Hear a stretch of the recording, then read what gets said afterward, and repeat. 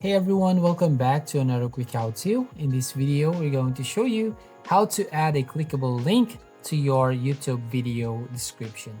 So for example, right here, if you go on this channel from Mr. Beast, you'll find a description, a link where if you actually click on that link, you will go on the website. Now, what if you want this link on your YouTube channel? What you're going to do right here is you just need to click on your profile icon right there at the top right hand corner of your screen and then click on this YouTube studio. And you will go to your Creator Studio, as you can see.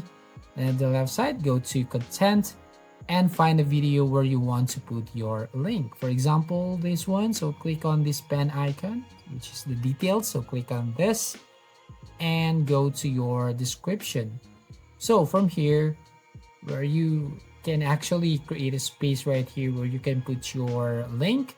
So we're gonna enter here, or you can type right here, follow me on this link, for example, and just need to paste the link right here. For example, if you want to paste your Twitter account link, so right here, open up our Twitter, and we're gonna go to your profile and just need to copy your link and paste it here on your YouTube video description.